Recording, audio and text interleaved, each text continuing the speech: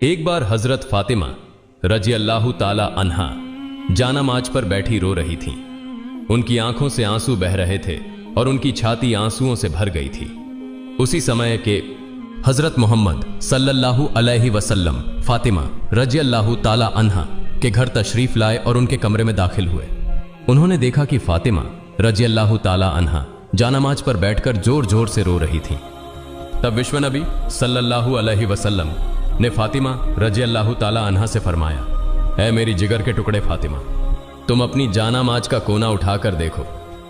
जब हजरत फातिमा रजी अल्लाह ताला अन्हा ने जानामाज का कोना उठाया तो वो हैरान रह गई।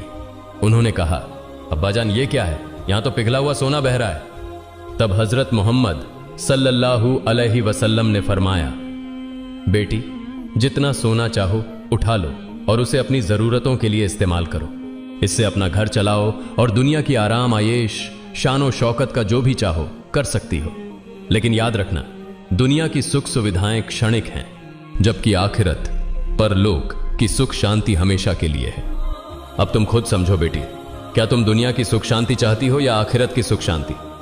हजरत मोहम्मद सल्लल्लाहु अलैहि वसल्लम की यह बात सुनकर हजरत फातिमा रजी अल्लाह ताला अन्हा ने जानामाज का कोना छोड़ दिया और नबी जी से कहा, अब्बा जान, मुझे दुनिया की सुख शांति की कोई जरूरत नहीं है, मैं तो आखिरत की सुख शांति के पीछे दौड़ना चाहती हूं। इसी तरह एक और घटना का जिक्र है। एक दिन हजरत फातिमा रजी अल्लाह ताला अन्हा इतनी कमजोर हो गईं कि वह बिस्तर से उठ नहीं पा रही थीं। यह बात जब हजरत मोहम्मद सल्लल्लाहु अलैहि वसल्लम तक पहुंची तो नबी करीम सल्लल्लाहु अलैहि वसल्लम फातिमा को देखने के लिए उनके घर तशरीफ लाए। नबी करीम सल्लल्लाहु अलैहि वसल्लम फातिमा के दरवाजे पर पहुंचे और उन्हें आवाज देने लगे, लेकिन अंदर से कोई आवाज नहीं आ रही थी। विश्व नबी सल्लल्लाहु अलैहि वसल्लम ने फिर से पुकारा, लेकिन अंदर से कोई जवाब नहीं आया। तीसरी बार जब नबी करीम सल्लल्लाहु अलैहि वसल्लम ने फातिमा रजी अल्लाह ताला अन्हा को पुकारा, तब अंदर से हजरत फातिमा रजी अल्लाह ताला अन्हा ने जवाब दिया, अब्बा मैं दरवाजा कैसे खोलूं? मेरे पास सिर्फ एक छोटी सी चादर है। अगर मैं इसे पैरों की तरफ खींचती हूं तो सिर का हिस्सा खुला रह जाता है, और अगर सिर की तरफ खींचती हूं तो पैर खुल जाते हैं। तब विश्व नबी सल्लल्लाहु अलैहि वसल्लम ने दरवाजे के बाहर से अपना रूमाल निकाला और दरवाजे की दरार से अंदर भेजा। उन्होंने फातिमा से कहा, बेटी मेरा रूमाल सिर पर रख लो और दरवाजा खोलो।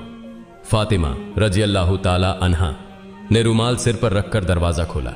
जब नबी करीम सल्लल्लाहु अलैहि वसल्लम अंदर गए तो देखा कि हजरत फातिमा का चेहरा मुरझाया हुआ था। नबी जी ने फातिमा से पूछा, बेटी तुम्हें क्या बीमारी हो गई है? हजरत फातिमा रजी अल्लाह ताला अन्हा ने जवाब दिया, अब्बा कई दिनों से भूखी हूं, भूख और सिरदर्द की वजह से मैं बहुत कमजोर हो गई हूं। यह सुनकर नबी करीम सल्लल्लाहु अलैहि वसल्लम ने कहा, बेटी मैं भी 3 दिनों से उपवास कर रहा हूं, हालांकि मैं अल्लाह के नजदीक तुमसे भी ज्यादा प्रिय हूं।